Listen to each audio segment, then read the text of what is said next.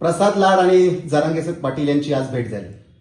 या भेटीच्या दरम्यान ते असं म्हणाले की माझी आणि जरांगेची भेट झाली याचा पोटसूड हाकेंना का उठला? नाही, मी प्रसाद लाडांचं थोडीशी पत्रकार परिषद बघितली। ते म्हणाले की मी जातीसाठी माती खाणार आहे आणि मी आमदारकीचा राजीनामा द्यायला तयार आहे। माझी पहिल्यांदा विनंती आहे प्रसाद लाडांना, तू पहिला आमदारकीचा राजीनामा दे, कारण ज्या पक्षाचा तू आमदार झालायस त्या पक्षाला निवडून देण्याचं काम ओबीसींनी केलंय, भटके विमुक्त जाती जमातींनी केलंय। त्यामुळं तू पहिला राजीनामा दे आणि मग या जातीच्या मातीच्या, तू जातीसाठी माती खा नाहीतर शेण खा, पण तू ओबीसीच्या अनाथ माती घालवण्याचं काम करू नको। मुळात तुझी कोणती हैसियत आहे, तुझं कुठलं ज्ञान आहे, तू कुठल्या आयोगाचा सदस्य आहेस किंवा तुला काय सोशल जस्टिस कळतो किंवा संविधान कळतं? तू एक हॉटेल चालवणारा माणूस, कमिशन एजंट, आणि तू जरांगेला जाऊन त्या समाजाला न्याय द्यायचा प्रयत्न करतो। कोण आहे कोण?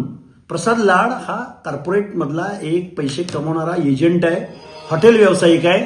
त्यांनी ओबीसीच्या अनाथ माती घालवण्याच्या भानगडीत पडू नये।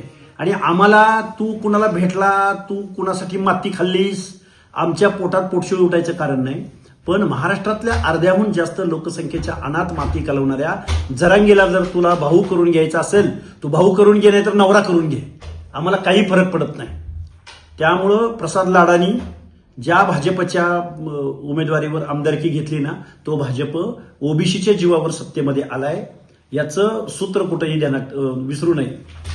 आज तुमचा बुलढाणा दौरा होतोय, काय? नाही, आम्ही जातनिहाय जनगणना झाली पाहिजे, ओबीसींना न्याय भेटला पाहिजे, सामाजिक न्याय, ओबीसींचं आरक्षण गेलंय, ओबीसीमध्ये जनजागृती निर्माण झाली पाहिजे आणि ओबीसींच्या वेगवेगळ्या जात समूहामध्ये एकीची वज्रमूळ झालीच पाहिजे। यासाठी आम्ही 100 सभांची घोषणा केलेली आहे आणि त्या घोषणांचा एक भाग म्हणून देऊळगाव राजामध्ये 2-3 सभा आणि सिंदखेड राजामध्ये 2-3 सभा, अशा आम्ही मातृतीर्थ मा जिजाऊंच्या जन्मभूमीमध्ये या सभा घेत आहोत आणि ओबीसी बांधवांशी संवाद साधत आहोत। मनोज जरांगे पाटील यांचं आंदोलन सुरू होते आहे, काय प्रतिक्रिया? मनोज जरांगेंनी आंदोलन करावं, महिन्याला उपोषण करावं, वारी एकादशी प्रमाणे।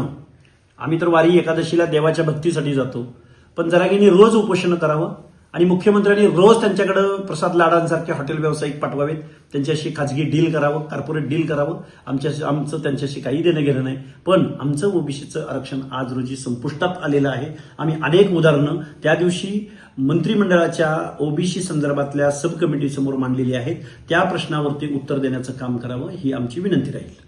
आज प्रसाद लाड आणि जरांगे पाटील यांची भेट झाली, आपण त्याकडे कसं पाहता? प्रसाद लाडांनी कोणाची भेट घ्यावी आणि जातीसाठी माती खा, काय खायचं ते खा, पण ओबीसीच्या अनाथ माती घालवू नकोस। आणि आमची भेट वगैरे, तुझी भेट घ्यायला तू आहेस कोण?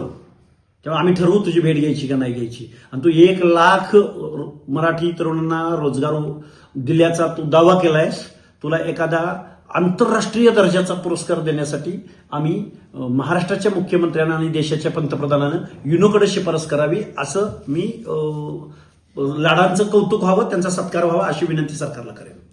या भेटी दरम्यान प्रसाद लाड असं म्हणाले की जर जरांगेच्या मागण्या मान्य झाल्या नाही तर मी समाजासाठी राजीनामा देईन। तू अगोदर राजीनामा दे, आंदोलनात उतर, आणि जरांगेची मागणी मान्य झाल्यानंतर ओबीसी कसा उद्ध्वस्त होणार आहे, झालाय, हे एकदा तुझी तेवढी कुवत आहे की नाही माहिती नाही, हे एकदा जाणून घ्यायचा प्रयत्न कर।